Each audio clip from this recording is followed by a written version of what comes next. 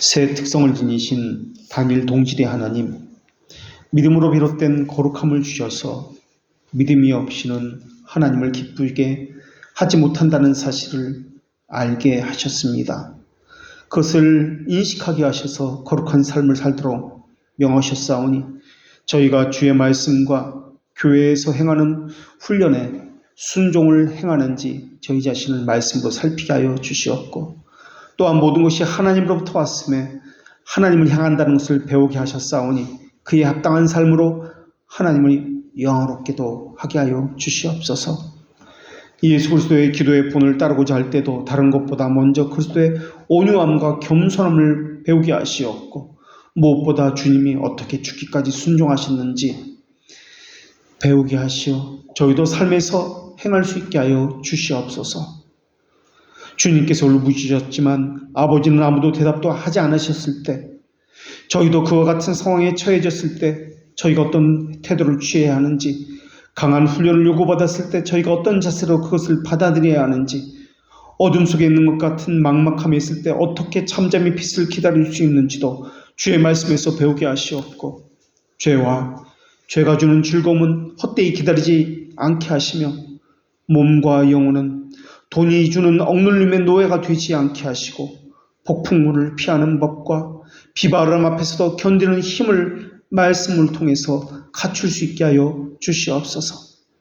저희에게 일어나는 모든 일들은 주의 손이 관여하는 것이기 때문에 자기를 살린다는 명목으로 주님으로부터 도망가 숨지 않게 하시옵고, 자기가 고안해낸 나뭇잎으로 자기를 감추고 숨기는 것이 아니라 영혼의 유일한 피난처이신 생명나무로 가서 그리스도의 순종만을 붙들게 하여 주시옵소서. 갈급하고 간절하게 주의 이름을 부르게 하시고, 오랫동안 저희의 마음속에 자리 잡고 있던 참함과 헛된 열정도 버리게 하시어 사람과 물질에서 자기 평안과 안식을 찾으려 했던 모든 생각도 함께 버리게 하여 주시옵소서. 주님이시여, 두 손을 들어 이 교회의 하나됨과 부흥을 호소합니다.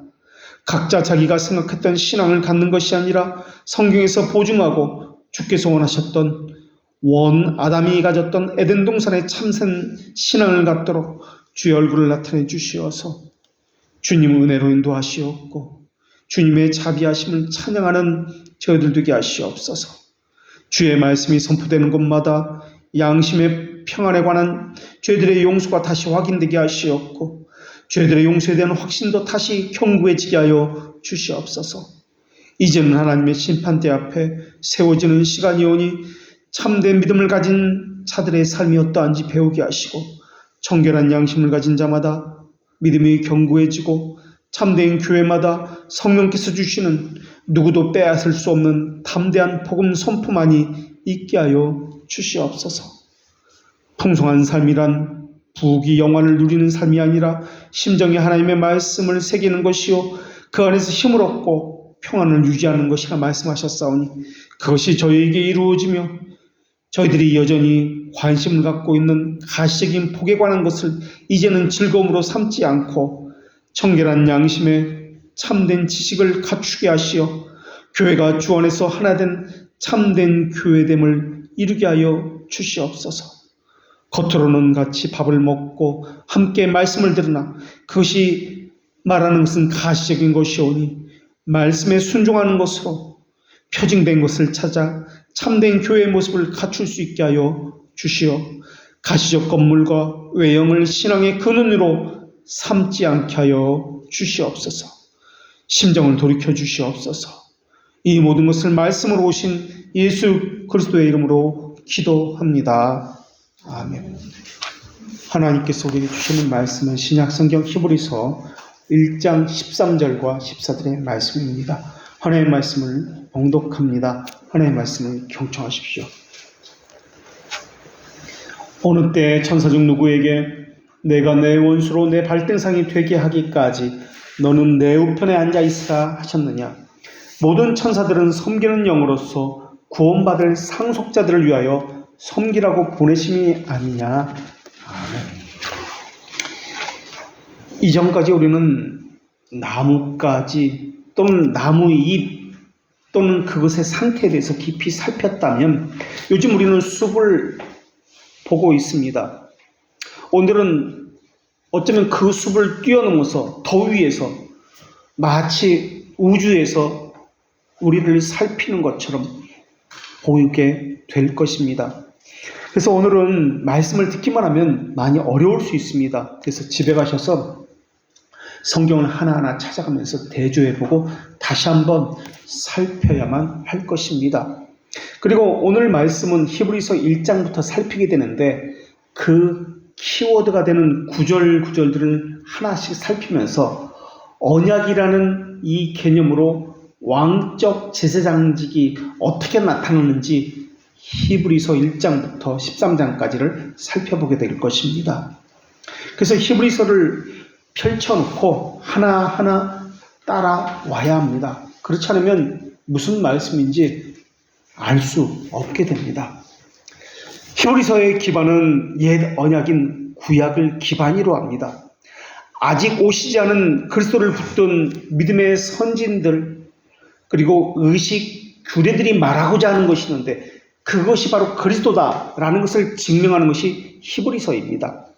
그러면서 오늘 본문의 인용구인 시편 110편 1절의 말씀을 가지고 히브리서 전체를 풀어갑니다. 히브리서는 왕적 제사장이었던 아담이 하나님의 임재의 처소인 에덴 동산에서 다스리다가 타락으로서 에덴 동산에서 쫓겨났다는 것을 이야기합니다. 그렇지만은 이 왕적 제사장의 직무는 지속적으로 노아, 족장들, 모세, 여호수아와 다윗 왕과 그리고 이스라엘 민족에게 지속적으로 오게 되었다라고 증언합니다. 그러면서 히브리서 1장에서는 하나님의 아들이 왕으로서 등장을 합니다. 이 왕은 신성과 인성을 가지신 분입니다. 이분은 창조의 주체이시고 지금도 섭리자로서 하나님의 영원한 아들로 하나님의 본체의 영광이시다라고 증언합니다. 또 그리스도는 하나님의 본체의 정확한 각인, 우리말로는 형상이라고 번역되어 있는데 하나님의 본질을 지니신 왕이다라고 설명합니다. 그러면서 그리스도가 어떤 분인지 히브리서 1장 1절부터 4절까지는 설명을 하는데 그분은 상속자요, 창조자요, 섭리자라고 말씀하면서 7가지로 말씀을 합니다. 그리스도는 새로운 피조물의 머리시요 땅의 상속자입니다. 그리스도는 만물을 보호하시는 보호자시며 죄를 정결하게 하시는 제사장이십니다. 그리스도는 높은 곳에 계신 지극히 크신 이의 우편에 앉으신 통치자이십니다. 그러면서 7가지를 이야기하는데 그리스도는 창조자시고 섭리자시고 상속자시고 보호자시고 제사장이고 통치자고 그리고 하나님과 동일 본질이십니다 라고 7가지로 이야기합니다. 제사장이 하는 일은 부정한 것, 정결한 것을 구분합니다. 그래서 정결한 것은 행하고 부정한 것은 제하는 일을 합니다. 왕이 하는 일은 의로움과 불의한 것은 구분해서 의로움을 행하고 불의한 것은 제거해내는 일을 행합니다. 하나님의 아들은 제사장으로서 그래서 정결 사역을 하시면서 동시에 왕으로서 하나님의 우편에 앉으셔서 사역을 하십니다. 이 제사장적 사역은 왕의 사역과 분리할 수가 없습니다. 제사장적 사역의 성취는 왕권을 낳기 때문에 그렇습니다. 그렇기 때문에 시편 110편 1절에서는 원수들로 내 발판이 되게 하기까지 너는 내 오른쪽에 앉아 있으라고 말씀하는데 이 말씀이 히브리서 1장 3절 말씀에 의하면 제사장의 정결 사역과 관련된 말씀이라는 것을 알 수 있습니다. 하나님의 우편에 앉아있다는 것은 종말론적인 의미인데 예수님의 지위에 대해서 사용한 것인데 이 일은 예수님께서 희생제물이 되셨다가 부활하시고 승천하심으로써 이 일을 성취하셨습니다. 그렇기 때문에 예수 그리스도께서 인간에 대한 통치권을 획득하신 것은 십자가에서 죽으신 직후가 아니라 부활하여 죽음을 정복하신 그 이유다라고 신앙 고백서에서는 그렇게 고백합니다.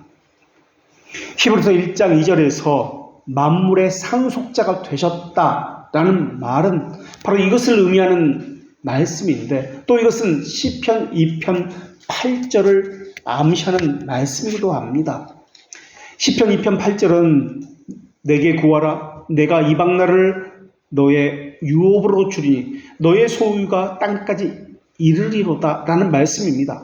너의 소유가 땅까지 이르다 라는 이 말씀을 가지고 히브리서 1장 2절은 이 아들을 만유의 상속자로 세우셨다 라고 하십니다.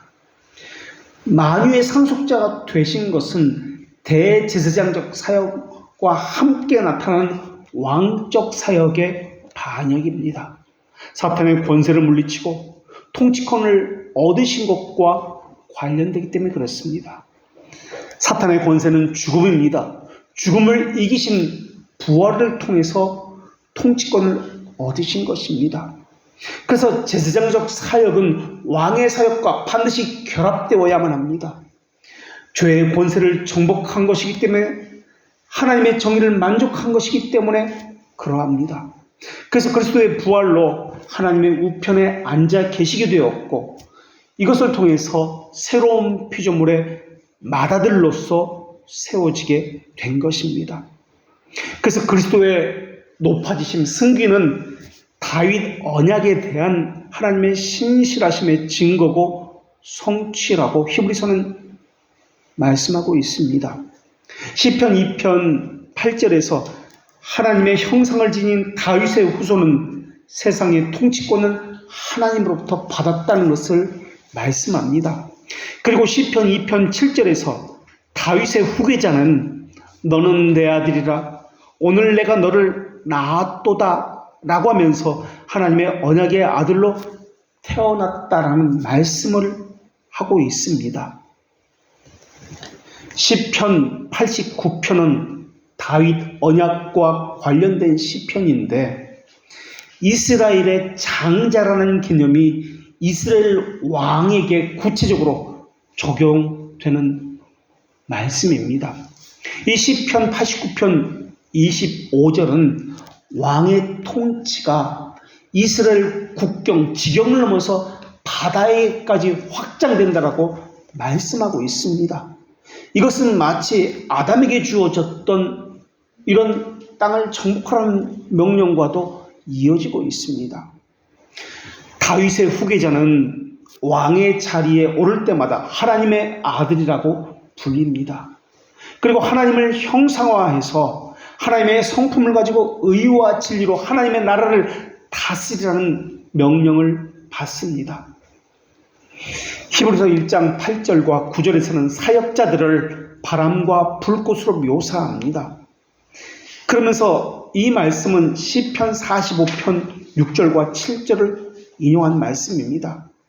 그리고 여기서 왕은 진리와 온유와 공의로 통치해야 된다는 것을 말씀합니다. 다시 말하면 왕의 의로운 통치와 하나님의 통치를 연결시켜서 이야기합니다. 아담의 왕적 제사장과 하나님의 다스림을 연결시키듯이 말입니다. 예수 그리스도가 부활하고 승천하실 때 아들로 태어났다고 하는 것은 예수님이 영원전부터 하나님의 아들이었다는 말을 부정한다는 뜻이 아닙니다. 위격적인 관계로 영원히 태어나신 분은 항상 하나님의 아들이십니다. 이것을 구속사적으로 영원전에 선택된 죄인들을 자기 것으로 완전히 삼으셨다는 표현 때문에 부활하고 승천했을 때 아들로 태어나셨다라고 표현한 것입니다. 아들이라는 말의 의미도 나이가 적다, 상하관계가 있다는 말의 의미가 아니라 영의 수준, 능력의 탁월함을 말하기 위해서 사용된 단어가 아들이라는 단어입니다. 아브라함이 나기 전부터 내가 있었느니라는 말씀, 신성과 관련된 말씀입니다. 이 말은 사람이 헤아릴 수도 없고 이해할 수도 없다는 말씀입니다. 그런데도 그리스도는 동시에 아버지의 종이라고 불렸습니다. 지혜와 키가 하나님과 사람 앞에서 자라갔다고도 말씀하고 있습니다. 또 그리스도는 자기의 영광을 구하지 아니하셨다라고 말씀하셨고 마지막 날을 그리스도께서는 모르신다라고 말씀하셨습니다. 이것이 의미하는 바는 인성을 가졌고 한계와 제한을 의미한다는 말씀입니다. 하나님은 기름 부음이 없습니다. 그런데 그리스도께서 기름 부음을 받았다라고 이야기합니다. 하나님이신데 말입니다. 이 말의 의미는 실제 기름을 부었다는 그것을 이야기하는 것이 아니라 삼중직의 사역을 하셨다는 표현입니다. 실제 기름을 부으셨다는 의미가 아니라 하나님의 아들이 의를 사랑하고 불법을 미워하셨다는 의미입니다.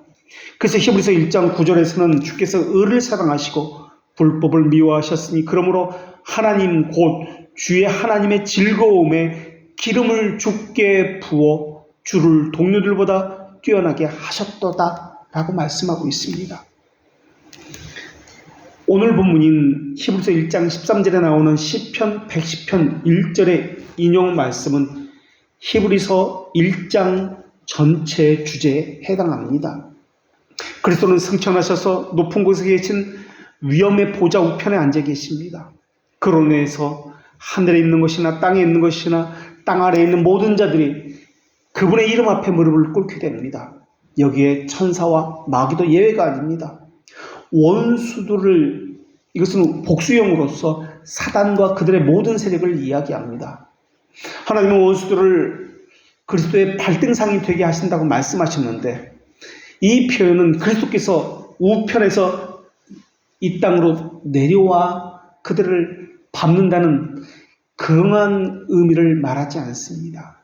시간적 제한성을 나타내는 것이 아니라 그리스도의 높아지심이 원수를 철저히 굴복시킬 정도라는 그 위엄을 표현하는 것이 발등상이라는 표현입니다.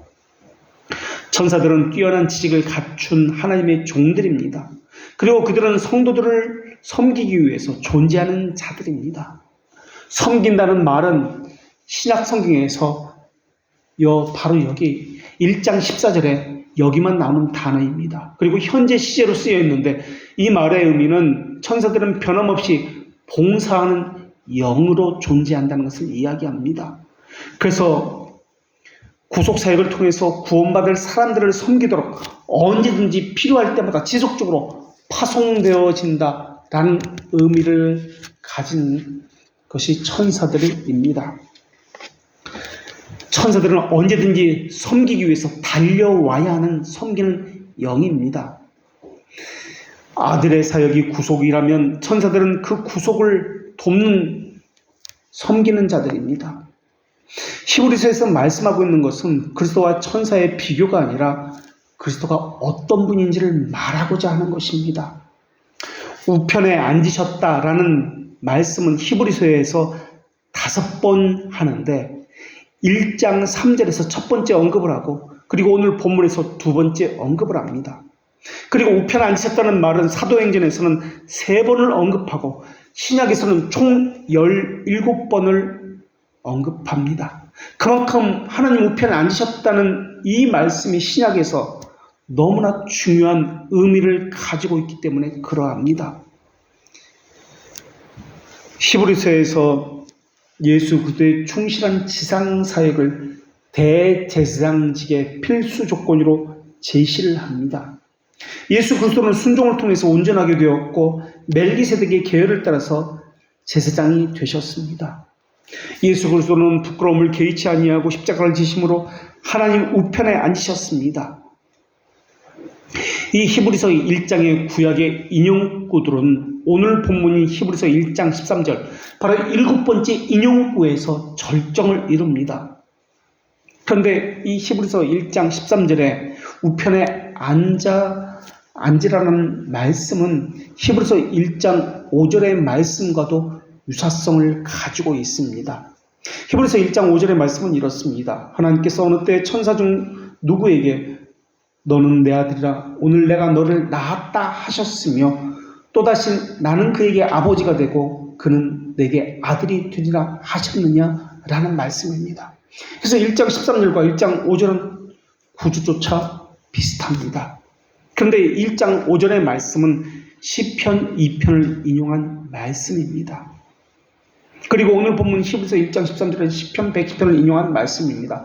그러니까 시편 2편, 시편 110편은 모두 그리스도에 대한 공통적인 주제를 다루고 있는데 그 공통적인 주제는 아들 되심 제사장직 왕직에 관한 내용입니다. 그렇다면 어떻게 히브리서 1장 5절과 13절이 유사한 말씀이냐 하는 것을 살펴보면 우선 시편 2편 8절을 인용한 히브리서는 1장 2절, 1장 5절, 5장 5절입니다. 이것이 시편 2편 8절을 인용한 히브리서의 구절입니다. 그리고 시편 110편 1절을 인용한 히브리서는 1장 3절, 1장 13절, 5장 6절, 7장 17절, 7장 21절입니다. 히브리서 1장의 시작은 2절에서 시편 2편 8절의 인용으로 시작합니다.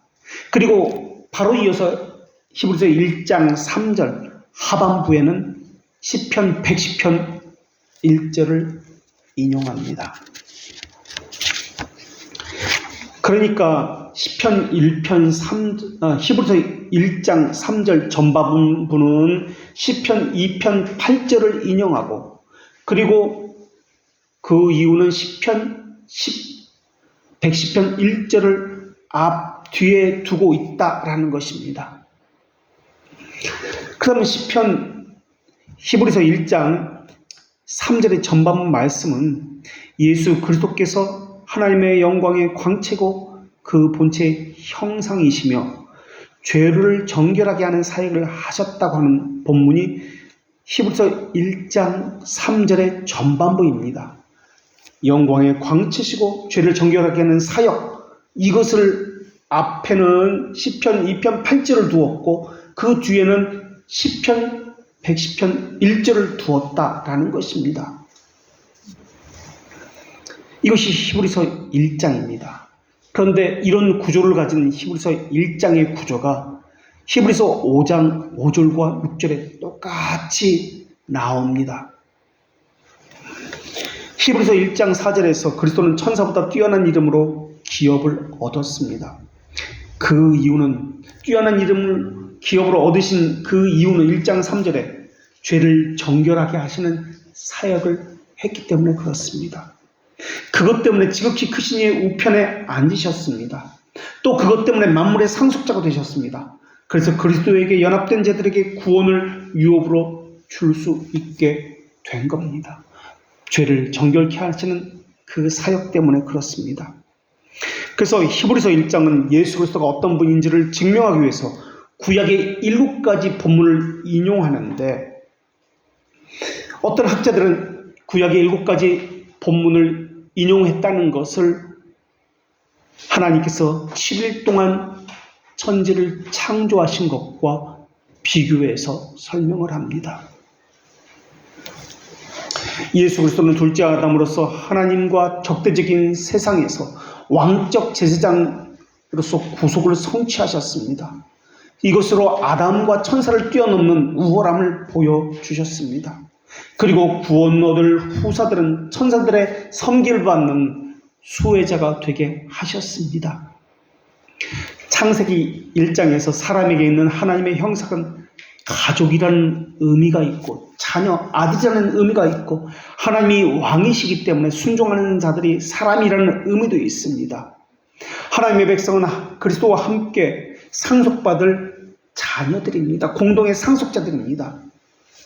히브리서 1장은 시편 2편 8절을 인용함으로써 시작했고 그리고 오늘 본문에서 시편 110편 1절을 인용함으로써 끝을 맺습니다.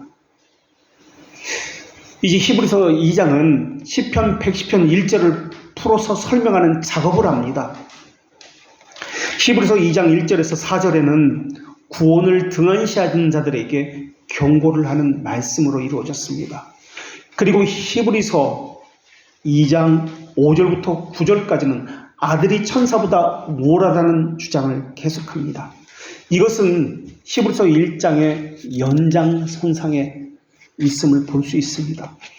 특히 히브리서 2장 5절부터 시편 110편 1절에서 언급된 만물을 복종하게 하는 왕을 설명을 합니다. 그러면서 여기에는 천사도 예외가 아니라는 것을 말씀하고 있으며 만물을 왕에게 즉 계속해서 복종해야 한다는 것을 지속적으로 언급한 것이 히브리서 2장 5절부터의 말씀입니다. 그러면서 히브리서 2장 5절에 장차 올 세상이라고 말씀하고 있습니다. 이것이 의미하는 것은 또 히브리서 1장 14절에서 말씀하고 있는 구원받을 상속자들을 위하여라는 의미입니다. 장차 올 세상은 히브리서 2장 5절에서 이것은 히브리서 1장 14절에서 말씀하신 구원받을 상속자들을 위한 세상이다 라는 것을 이야기합니다. 그러나 히브리서 2장 5절에서 말씀하신 장차 올 세상은 아직 오지 않은 세상입니다. 이것은 히브리서 1장 13절에서 원수로 내 발등상이 되게 하기까지 라는 말씀과 어울립니다. 이 히브리서 1장 13절 원수들이 발등상이 아직 완전히 이루어지지 않았다는 것과 연결되는 말씀입니다. 또 이것은 히브리서 1장 6절에 또 그가 마다들을 이끌어 세상에 다시 들어오게 하실 때에 아직 이루어지지 않았다는 이 히브리서 1장 6절의 말씀과도 연결이 되어집니다. 아직은 아니라는 것입니다. 히브리서 2장 4절에 의하면 신자들은 이미 구원의 복인 속죄, 죄사함, 성령의 은사들과 같은 것들을 누리고 있다라고 말씀하고 있습니다. 그러나 신자가 장차 소유하기를 기다리는 유업이 있습니다. 이것을 히브리서 2장 5절에서 말씀하고 있는 겁니다. 그것은 장차 올 세상입니다. 원수가 발등상이 되게 되는 세상입니다. 또 마다들이 세상에 다시 들어오는 그때를 이야기합니다.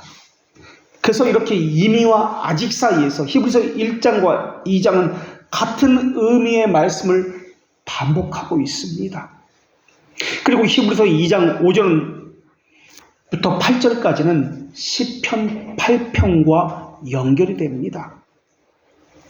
하나님은 아담을 창조하셨을 때 하나님의 형상대로 창조하셔서 아담에게 영광과 존귀의 관을 씌우셨습니다. 이것이 시편 8편의 이야기입니다. 이것이 7절에 나옵니다. 그리고 시편 8편 6절에 하나님은 모든 만물을 아담의 발 아래 복종하게 하셨다라고 말씀하고 있습니다. 이것이 히브리서 2장 8절에 또 나옵니다. 그런데 현재 8절에서는 과거에는 만물이 사람에게 복종했는데 지금은 복종하고 있는 것을 보지 못한다라고 히브리서 2장 8절에 말씀하고 있습니다. 그리고 9절에서 히브리서 2장 9절에서 예수 그리스도는 성육신할 때는 천사보다 잠시 낮아지셨으나 이제는 존귀와 왕관을 쓰셨다고 말씀합니다. 그리고 2장 10절에서 아담의 잃어버린 왕관을 예수 그리스도께서 되찾아 주셨기 때문이라고 말씀합니다. 예수님의 사역은 저주 안에 있는 세상을 회복시키고 다스리는 사역이었습니다. 세상을 정결하게 하고 회복시키는 사역은 제사장의 사역이었다면 공의로 다스리는 것은 왕의 사역입니다. 이것을 히브리서 2장에서 지금 이야기하고 있습니다. 이것은 오늘 우리의 사역이기도 합니다. 아직 저주 아래 살아가고 있습니다. 이것을 이겨야 한다는 점에서는 우리는 왕적인 제사장의 사역을 행해야 합니다. 예수 그리스도는 하나님의 아들의 나라를 이루기 위해서 저주 아래 있는 세상에서 육체의 비천함 아래 자기를 감추셨고 자기를 비우셨습니다. 그 타락하고 부패한 세상에서 어미한 종형을 내려놓고 종의 형태를 취하셔서 아버지에 대한 절대적인 순종을 나타내셨습니다. 그러한 복종을 다 이루신 이후에 마침내 영광과 존귀로 관을 씌셨습니다. 그리고 최고의 권세로 높아지셔서 그 앞에 모든 무릎을 꿇게 하셨습니다. 이게 시편 8편의 이야기고 또 히브리서 2장의 이야기입니다. 우리 주라는 호칭은 하나님과 우리 사이에 위치한다는 것을 지칭하는 의미입니다. 히브리서 2장 5절부터 9절은 시편 8편을 이용해서 그리스도를 하나님의 형상을 가진 이상적인 왕으로 묘사했습니다. 그런데 2장 9절 10절부터는 이제 제사장적 사역이라는 주제로 넘어가기 시작합니다. 창세기 1장에서 아담은 만물을 통치하는 왕으로서 그려냈습니다. 그러다가 창세기 2장 15절부터는 아담은 에덴 동산을 경작하고 지키게 하는 사역, 즉 왕적인 사역과 함께 제사장적 사역을 하는 모습이 그려졌습니다. 히브리서 1장 2절과 3절의 구조도 비슷한 구조를 가지고 있습니다. 히브리서 1장 2절에서는 왕적인 사역을 먼저 그립니다. 그리고 히브리서 1장 3절 하반부부터 제사장적 사역을 그립니다. 창세기 1장 2장도 히브리서 1장 2장도 구조가 동일합니다.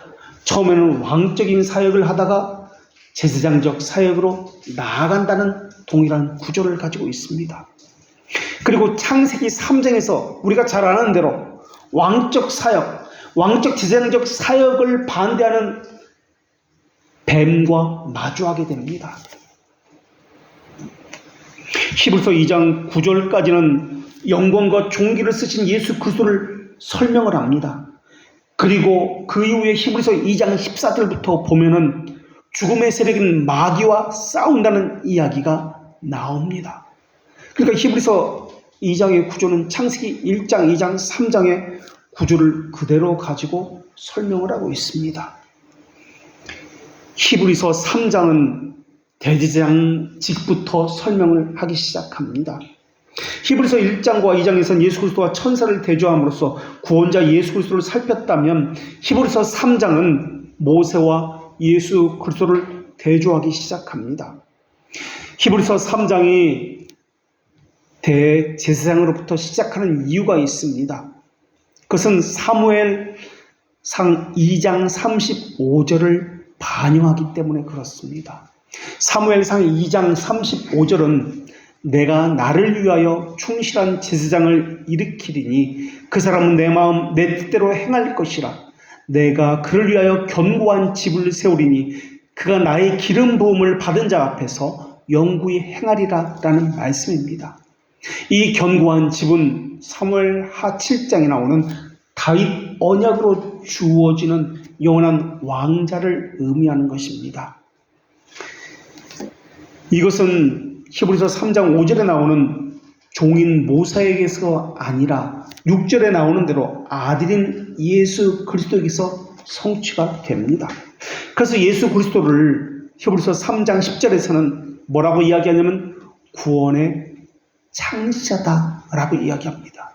그러면서 계속해서 구원을 창시하신 이분은 거룩하게 하시는 이시다라고 또 계속 히브리서에서 말씀하고 있습니다. 11절에서 히브리서 3장 11절에서 거룩하게 하시는 이는 하나님께서 주신 자에게도 거룩함을 입게 하시는 분이다라고 설명을 합니다. 그리고 거룩함을 입은 그들은 12절에서 주를 교회에서 찬양하게 한다라고 말씀하고 있습니다. 예수님이 교회에서 머리로 계시면서 하시는 일은 17절에서 죄를 속량하시는 일을 하시고 구원의 복을 중지하시는 일을 하시는 분이 그리스도입니다. 이것이 히브리서 3장의 내용입니다. 히브리서 4장의 내용은 시편 95편을 인용해서 종말론적 안식에 들어가도록 촉구하는 내용입니다. 4장에서는 예수님을 여호수아와 비교하는데 여호수아와 예수님은 헬라어로 둘 다 같은 이름입니다. 여호수아는 땅을 정복했으나 안식을 주지 못했습니다. 왕으로서 왕적 사역을 합니다. 이것이 땅에 정복하는 것입니다. 예수 그리스도도 왕적 사역을 합니다. 죄와 죄의 본세를 이기셨고 정복하셨습니다. 여호수아는 안식을 주지 못했지만 예수님은 안식을 주셨습니다라고 지금 고백하고 있습니다. 시편 110편에서 원수를 정복하고 발등상으로 삼고 하나님 우편에 앉아있는 것과 여호수아의 정복 전쟁을 유사하게 설명하고 있습니다. 새로운 멜기세덱인 예수 그리스도께서 백성들의 머리로서 약속의 땅인 하나님의 나라에 들어가심으로써 여호수아는 가나안 땅에 들어감으로써 안식을 주었다라고 한다면 예수님은 약속의 땅인 하늘에 들어가면서 안식을 주고 하나님 우편에 앉아 계십니다. 예수님은 새로운 여호수아입니다. 적을 정복합니다. 안식의 땅에 들어갔습니다. 그리고 자기 백성을 하나님의 성소 앞에 나오도록 하고 계십니다. 그래서 히브리서 저자는 4장에서 안식에 들어가는 도다라는 이 단어를 반복적으로 계속해서 말씀하고 있습니다. 들어가다는 단어는 원어로 보면은 디엘코마이, 이르렀다라는 단어인데 여호수아에는 이 디엘코마이, 이르렀다는 단어가 13번이나 반복적으로 나옵니다. 그런데 히브리서 4장에서 여호수아가 약속의 땅에 들어갔다는 의미로 이 단어를 사용하는데 디엘코마이를 사용하는데 여호수아가 가나안 땅에 들어갔다 할 때 이것을 예수님에게 적용합니다. 그래서 예수님께서 모든 것을 이기고 하늘에 들어가셨다라고 할 때 이 디엘코마이라는 단어를 사용합니다. 그리고 복음서에도 마찬가지고 사도행전에도 마찬가지고 예수님과 사도들이 두루 다니면서 복음을 전했다 할 때도 이 디엘코마이라는 단어를 사용해서 두루 다니셨다고 이야기합니다. 그러니까 복음을 전한다라는 말의 의미는 죽음과 어둠이 있는 곳, 사망이 있는 곳에 빛과 생명이 그 지경 안으로 들어갔다라는 의미입니다. 그래서 디엘코마이, 이게 안식에 이르렀다, 하늘에 들어갔다라는 의미입니다. 그래서 여호수아의 정복 전쟁을 예수님의 죽음을 이기신 것과 비교하면서 참된 안식을 주는 분이 누구인지를 설명하고 있는 것이 히브리서 4장의 내용입니다. 그리고 여호수아 11장 23절에 이렇게 기록하고 있습니다. 이와 같이 여호수아가 여호와께서 모세에게 말씀한 대로 그 온 땅을 점령하여 이스라엘 지파의 구분을 따라 기업으로 주매 그 땅에 전쟁이 그쳤더라. 전쟁이 그친 것을 안식을 주는 것이다, 기업을 주는 것이다 라고 암시하고 있습니다. 그런데 히브리서 5장에서는 그것은 안식을 주는 것이 아니다 라고 또 설명합니다. 안식을 그치고 그 전쟁을 그치고 그 안식을 준 것은 다윗에게서도 찾아볼 수 있습니다. 사무엘하 7장 1절에 보면은 다윗 언약이 이제 나오기 시작하는데 7장 1절에는 여호와께서 주의 모든 원수를 물리치사 왕으로 궁에 평안히 살게 하신 때라고 말씀이 나옵니다. 안식은 전쟁을 승리하는 것과 연결하고 있습니다. 그래서 여호수아와 다윗이 전쟁에서 승리해서 안식을 주었지만 그것은 완전한 안식이 아니다. 진정한 안식이 아니다. 예수 그리스도만이 완전한 승리를 통한 참된 안식을 주시는 것이다 라고 하는 것이 히브리서 4장의 말씀입니다. 그리고 이제 히브리서 5장에서는 다시 시편 110편을 인용하는데 4절을 두 번이나 인용합니다. 이 구절을 인용해서 하나님이 그리스도의 대제사장직을 임명하셨다는 것을 밝힙니다. 하나님은 아론을 제사장으로 임명하셨습니다. 히브리서 5장 4절에서는 이 제사장의 존귀함은 아무도 스스로 취하지 못한다고 말씀하고 있습니다.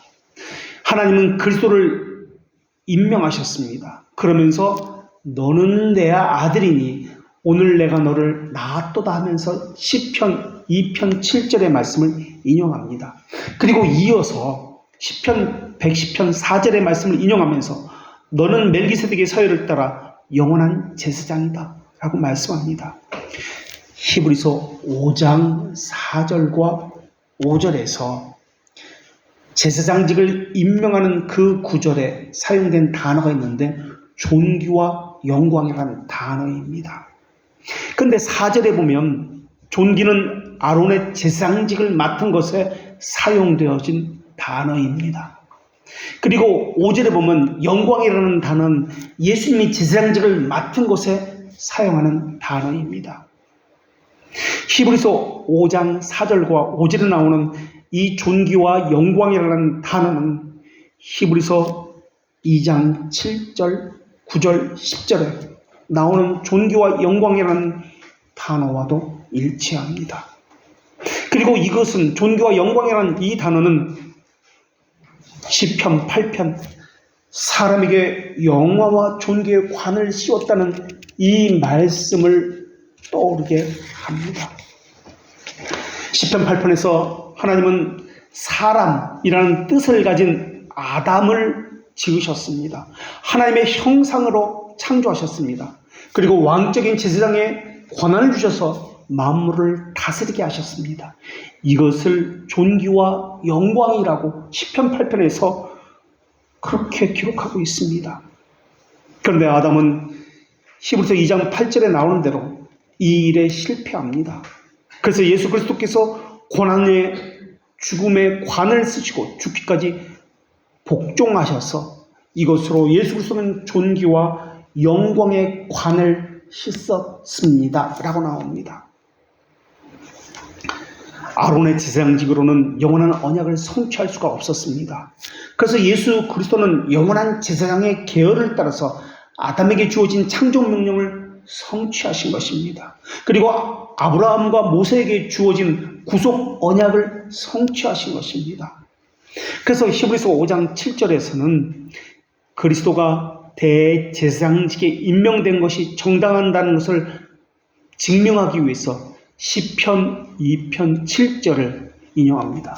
너는 내 아들이라 오늘 내가 너를 낳았도다 라는 말씀입니다. 오늘 내가 너를 낳았도다 라는 말씀은 맏아들이다 라는 의미입니다. 그러니까 시편 2편 7절은 아담 언약인 창조 언약부터 아브라함 언약, 모세 언약, 다윗 언약까지 모든 것을 아들이라는 단어로 내가 너를 낳았다라는 이 단어로 묻고 있다라는 것을 알 수 있습니다. 그러면서 시편 2편과 시편 110편 이것은 서로가 서로를 보완하면서 언약의 성취를 말을 하고 있는 본문들입니다.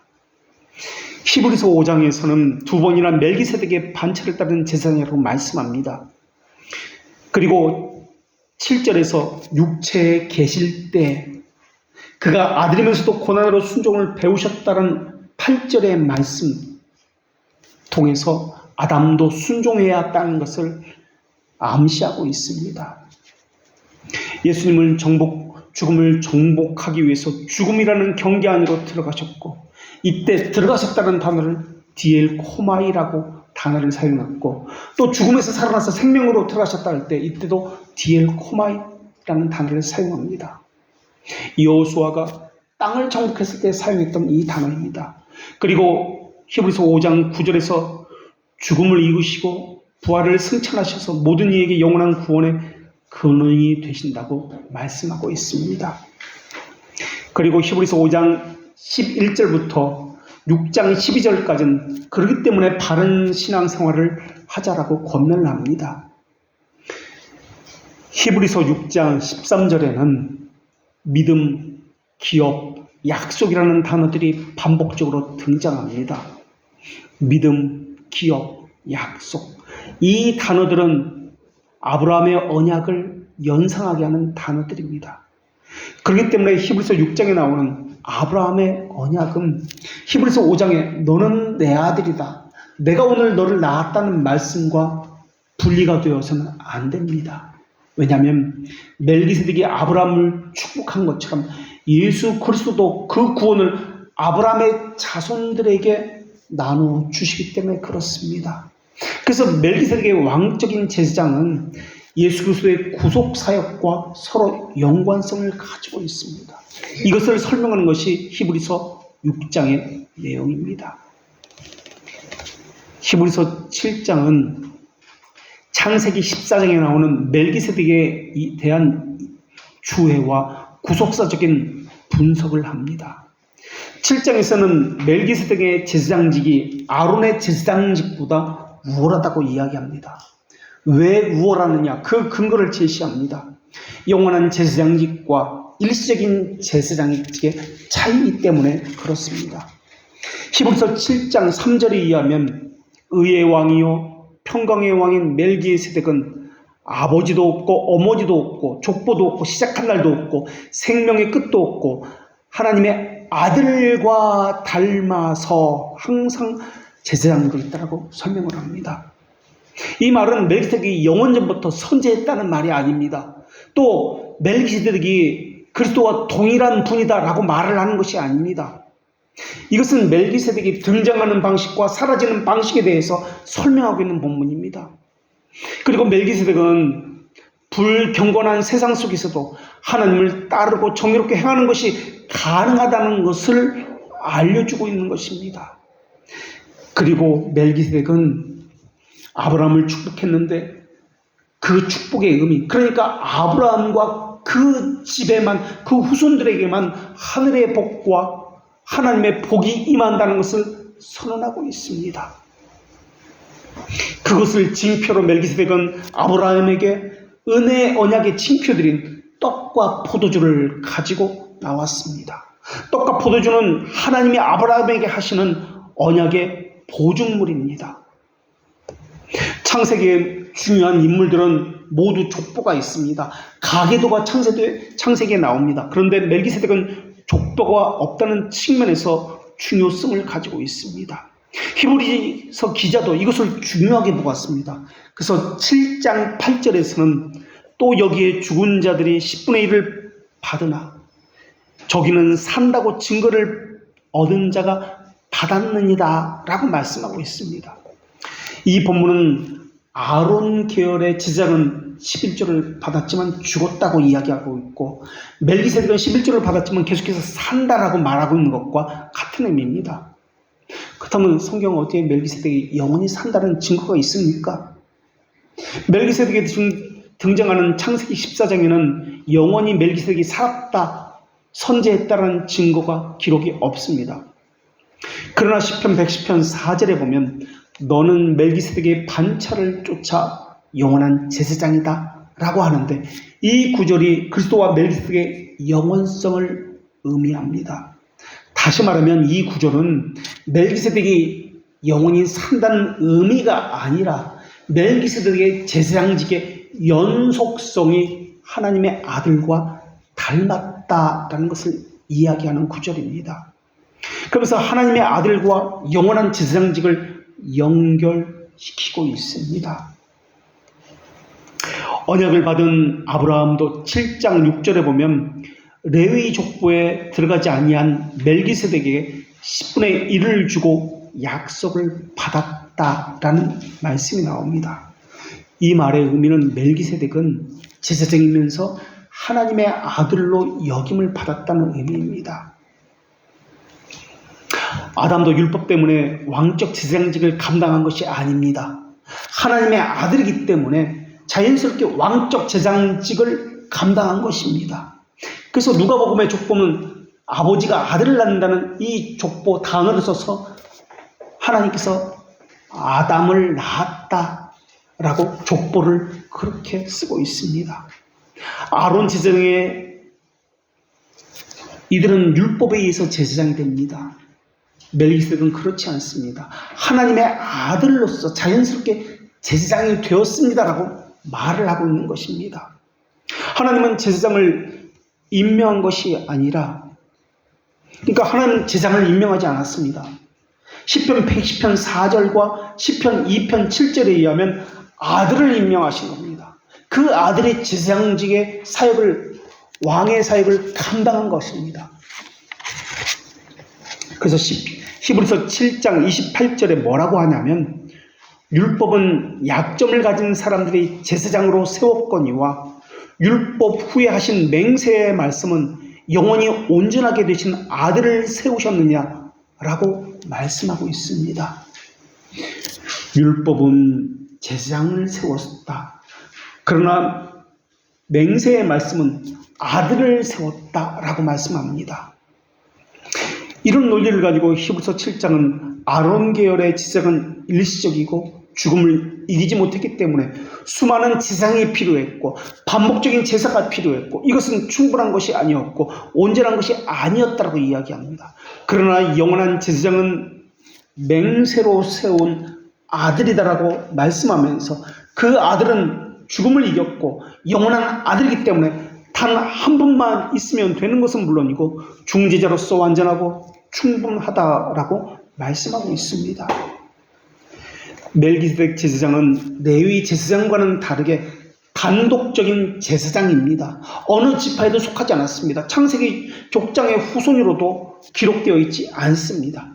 예수님도 마찬가지입니다. 멜기세덱과 같은 단독적인 제사장입니다. 족보나 법적 상속에 의해 세워진 제사장이 아니라는 것을 멜기세덱과 예수님을 비교하면서 설명을 합니다. 히브리서 7장 20절에서 28절까지는 시편 110편 4절에서 말씀하신 맹세를 강조합니다. 그러면서 멜기세덱의 제사장직과 연결하면서 맹세로 제사장이 되었다. 그래서 우월성을 강조합니다.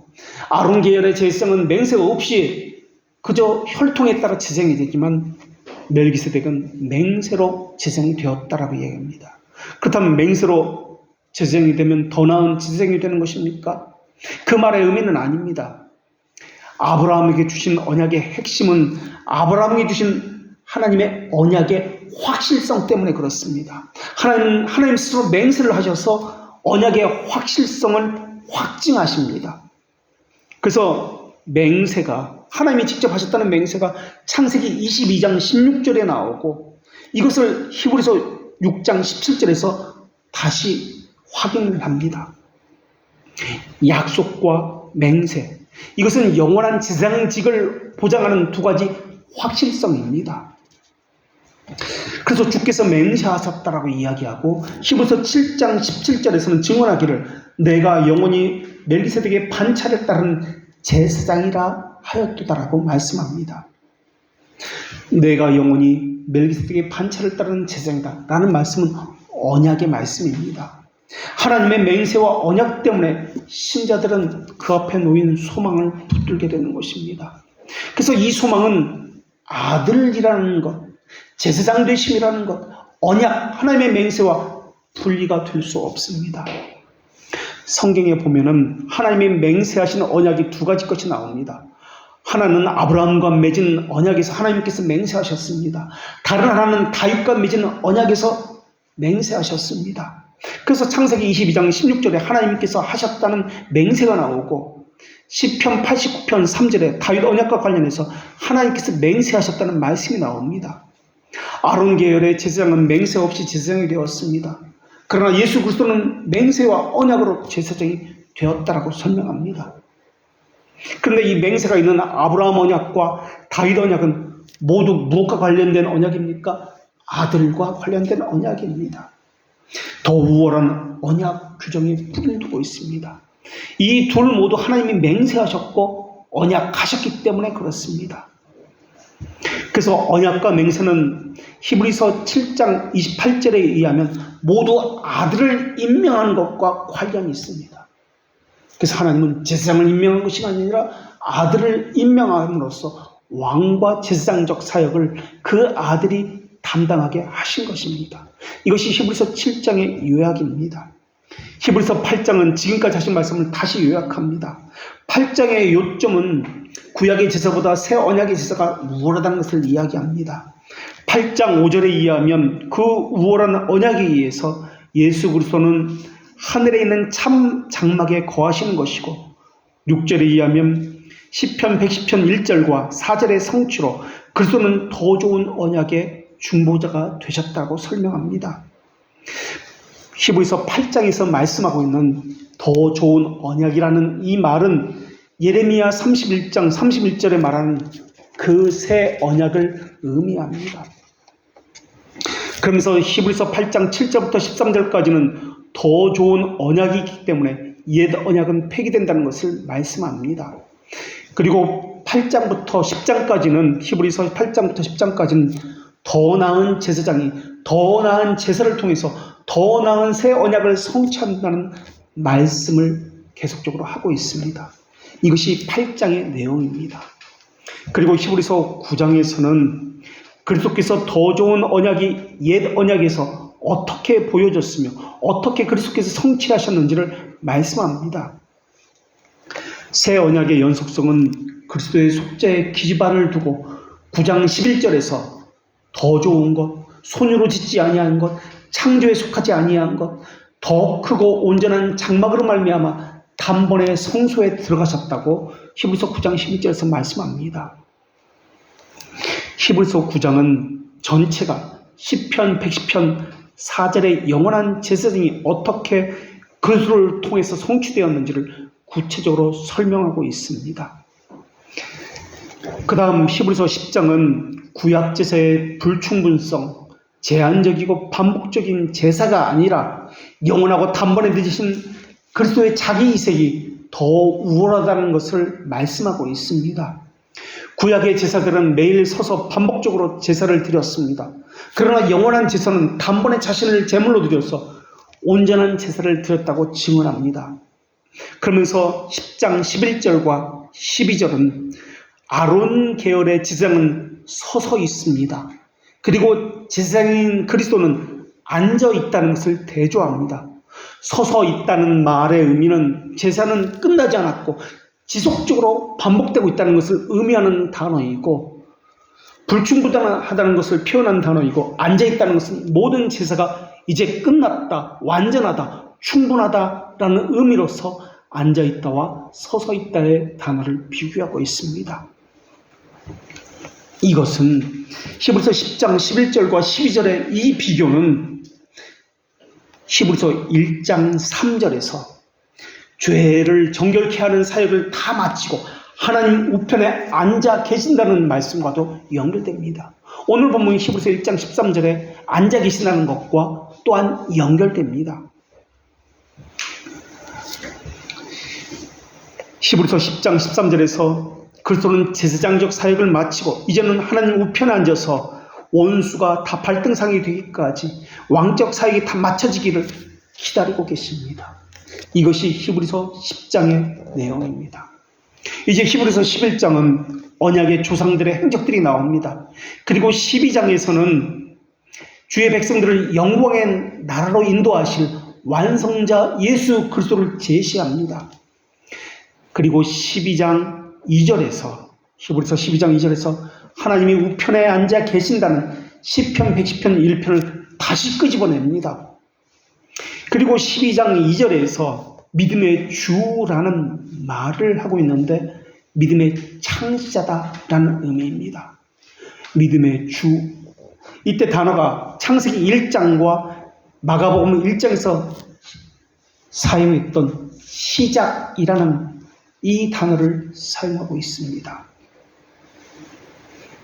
믿음의 시작이다 라고, 창조의 시작이다 라는 단어처럼 사용하고 있습니다. 그리고 12장 2절에서 온전케 하셨다는 이 단어도 텔레이 오텐이라는 단어를 사용해서 완성자라는 의미입니다. 십자가상에서 다 이루었다, 테텔레스타이라는 단어도 이 단어와 온전케 했다, 완성했다라는 의미를 가지고 사용합니다. 히브리서 12장에서 말씀하신 예수 그리스도는 믿음의 시작이요 완성자이십니다.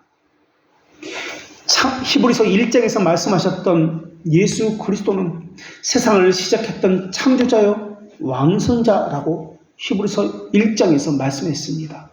다시 말하면 히브리서 1장과 12장은 또 동일한 것을 말씀하고 있습니다. 히브리서 12장 2절은 그리스도께서 죽으셨고 부활하셨다는 비유와 승기를 말하는데, 죽으셨다는 것은 제사장직을 의미하고 부활하셨다는 것은 왕직과 관련되는데, 12장 2절은 예수님의 신분이 무엇인지를 보여주는 것입니다. 그래서 시편 110편 1절은 왕직을 얘기하는 것이라면 시편 110편 4절은 제사장직을 말하는데, 이것이 그대로 옮겨와서 히브리서 12장 2절에 그대로 나타납니다. 그리고 히브리서 12장 22절에 너희가 이른 곳이 하늘의 시온산이다 라는 말씀이 나옵니다. 그런데 이것은 시편 110편 2절에 시온에서부터 주의 권능의 귀를 보내신다 라는 이미지를 떠오르게 합니다. 시온산은 하나님의 우편한 데에 계신 중보자이신 예수 그리스도의 거처입니다.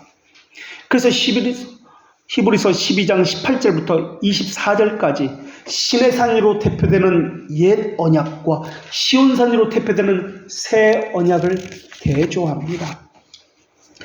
히브리서 12장 22절과 23절에 의하면 하늘에 있는 시온산은 천만 천사와 하늘에 기록된 장자들의 모임이며 온전하게 된 의인들의 영이 있는 곳입니다. 바로 이것이 하나님의 우편입니다. 히브리서 12장 22절에는 소리가 납니다. 땅을 진동하고 하늘을 진동하는 소리인데, 이것은 천지의 대변화를 이야기합니다. 이것은 학개 2장 6절의 인용입니다. 학개에서는 2장 6절에서 다윗 후손인 스룹바벨, 왕적 사역을 하는 스룹바벨과 대제사장인 여호수아가 성전을 재건하는 모습이 나옵니다. 이때 땅이 하늘이 진동했다고 표현합니다. 다시 말하면 히브리서 12장 22절과 23절에서 26절에서 하늘과 땅이 진동한다는 이 말의 의미는 새로운 성전과 새로운 나라가 세워져서 열방을 심판한다는 이미지를 그리고 있습니다. 하나님은 멜기세덱과 다윗의 왕적 제사장직을 가진 그리스도를 하나님의 가장 높은 보좌인 우편에 앉으셨습니다. 이것이 오늘 본문에서 인용한 시편 110편 1절인 하나님의 원수로 발등상이 되게 하고, 그때 일어나는 진동, 땅이 울리고 하늘이 울리는 그 진동의 장면입니다. 이것이 히브리서 12장의 내용입니다. 그리고 마지막 장인 히브리서 13장은 하나님이 기뻐하시는 제사가 무엇인지를 말씀합니다. 이것은 마치 로마서 12장 1절과 2절을 풀어서 설명하는 것과 마찬가지입니다. 히브리서 13장 15절에 찬송의 제사와 입술의 열매는 다른 것이 아니라 하나라고 나옵니다. 말로만 하는 것이 아니다라는 것을 말합니다. 이것은 그리스도인의 자기정체성을 이야기합니다. 이 열매를 신앙고백서와 교리문답서에서는 믿음의 열매와 증거라고도 이야기하고, 거룩에 이른 열매라고도 이야기하고, 또 감사의 열매라고도 이야기합니다. 또 돌트레이트에서는 선택의 무료한 열매들이라고도 이야기합니다. 그래서 히브리서의 마지막 장은 그렇기 때문에 그리스도께서 우리의 위대한 왕이시고 대제사장이기 때문에 열매 맺는 삶을 너희들은 살아야 한다라고 이야기합니다. 결론적으로 삶을 말하는데 믿음과 선택의 결과가 열매이기 때문에 그렇습니다. 하나님의 창조 목적인 아담 언약, 구속 계획인 아브라함 언약, 영원한 아들에 관한 언약인 다윗 언약으로 오신 예수 그리스도에 의해서 이 모든 언약들이 성취되었습니다. 창세기 1, 2장의 아담 언약, 창세기 14장의 아브라함과 멜기세덱 그 언약, 사무엘 하 7장의 다윗 언약, 시편 2편 그리고 시편 100편의 왕적인 제사장, 다니엘 7장의 하늘로부터 오시는 인자 같은 이 모든 것들을 히브리서에서 밝히고 해석을 하면서 그것이 말하고자 하는 모든 것이 바로 그리스도다라는 것을 증명하고 있는 것이 히브리서입니다. 신약의 여러 인물들과 다양한 사역으로 흩어져 있던 왕적 제사장의 사역이 분명하게 고정하고 있는 것이 그리스도의 구속 사역이다라고 말하고 있는 것이 히브리서입니다. 그리스도의 죽으심은 제사장적 사역의 백미요, 그리스도의 부활은 죽음을 이긴 왕적 사역의 백미입니다. 그래서 십자가와 부활에서 왕과 제사장의 이미지가 함께 모아집니다. 하나님의 백성은 왕적 제사장의 사역을 해야 합니다. 이것이 하나님의 형상을 가졌다는 의미이며 이 직무를 다하는 것이 하나님의 뜻에 순종하는 것이며 이 직무를 해하는 것이 열매의 삶입니다. 제사장으로서 교회는 개인들의 거룩성, 교리적 순결성의 참된 예배로 나타나게 해야 합니다. 또 교회는 왕으로서 하나님의 말씀에 통치가 있게 해야 하고 이것에 순종하는 자들의 모임이어야 합니다. 또 교회는 아담에게 주었던 것처럼 더 이상 에덴 동산이라는 울타리에만 머물지 아니하고 그 지경을 넓혀서 하나님의 통치가 온 땅에 이루어지도록 해야 합니다. 그리고 교회는 하나님의 왕권을 가진 곳으로서 이 땅의 제사장으로서 중재 사역도 해야 합니다. 진리이며 거룩하시고 순결하신 성령님이 임재에 합당한 장소로서 내 자신을 정결하게 해야 하고 우리 모임을 또한 순결하게 만들어야 합니다. 그리고 회원 자격을 말하는 세례와 성만찬의 규례는 이것은 마치 불병거와 불칼로 두른 에덴 동산처럼 교회의 경계를 규정합니다. 이것은 왕적 사역입니다. 동시에 열방이 교회로 들어오도록 중재와 중보 사역은 계속되어야 합니다. 이것은 제사장적 사역입니다. 복음을 수호하고 성전을 정결하게 하며 거룩한 모임의 직원을 선명하게 하고 경고하고 강화시켜야 합니다. 이것이 교회고 이것이 신자입니다. 이것이 오늘 우리에게 주시는 하나님의 말씀입니다. 기도하겠습니다. 본질적으로 동일하시나 구별된 새 특성을 가지신 하나님, 어떤 사람도 자기 공로나 수고로 하나님을 기쁘게 할 수 없고 하나님께 나아갈 수도 없고 오히려 그 공로, 그 최고의 선함과 노력도 빚을 더하고 죄를 더할 뿐이라고 하나님께서는 말씀해 주셨습니다. 그리스도만이 죄 없는 완전성과 불멸의 생명입니다. 성경은 옛 언약이든지 새 언약이든지 그리스도를 향하고 있으며 모든 원수는 그리스도의 발판이 된다고도 말씀해 주셨습니다. 그렇다면 저희는 어떤 존재입니까? 왕같은 제사장의 역할을 하고 있습니까? 그렇지 않습니까? 저희가 보기에 저희는 죄에게 넘어지고 있습니다. 원수를 이기는커녕 원수에게 짓밟혀서 매일 허우적거리고 있습니다. 택하신 족속, 왕같은 제사장, 거룩한 나라라는 표현은 저희에게 해당되고 있지 않는 것처럼 보입니다. 저희의 삶을 곰곰이 생각하고 돌아보게 하시옵고 베드로 사도가 언급한 거룩한 제사장으로서 신령한 제사를 드리고 있는지도 돌아보게 하여 주시옵소서. 또 성례로서 교회의 경계를 엄히 지키고 정화했는지, 그것이 저희 삶에 나타났는지, 그것은 혹시 형식적인 것은 아닌지, 그것을 위해서 왕적 사역이 나타나는지, 교회에 두신 권세는 나타나고 있는지, 그것을 위해서 회개하지 아니하고 돌이키지 않는 자는 이방인과 세리와 같다고 하신 말씀을 우리가 순종하고 지키고 있는지 저희 자신을 살피게 하여 주시옵소서. 그리고 회개하여 교회의 성찬에 참여하는 자와 참여하지 못하는 자 두 교회가 있는 것이 아니라 하나된 교회의 일치성이, 거룩성이 이 교회에도 나타나게 하여 주시옵고 어두운 데서 불러내 기이한 빛에 들어가게 하신 분의 뜻을 따라서 교회가 왕적 제사장직을 잘 수행하여 영과 말씀으로 훈화와 구원에 관한 모든 것을 가르쳐 지키게 하시옵고 자신을 산제물로 드려서 이 세상을 본받지 아니하고 오직 마음을 새롭게 하고 청결하게 하여 하나님의 선하시고 기뻐하시는 뜻이 무엇인지 분별하고 순종하게 하여 주시옵소서. 주께 주신 은혜의 말씀으로 지체를 살리고 동시에 하나님의 말씀이 주시는 어미함을 경외하게 하시어서 교회가 왕적 제사장직이 살아있게 하여 주시옵소서. 구원의 은혜가 베풀어질 때마다 죄는 꾸짖어지게 하시옵고 삶에서 직면하는 모든 시험과 어려움과 판단해야 하는 선택의 순간에도 하나님의 영광과 더 나은 영적 선을 위해서 모든 것을 강하게 엄히 말씀으로 우리 자신에게 명할 수 있게 하여 주시옵소서. 비아와 승기로 유일한 중보자 되신 예수 그리스도의 이름으로 기도합니다. 아멘.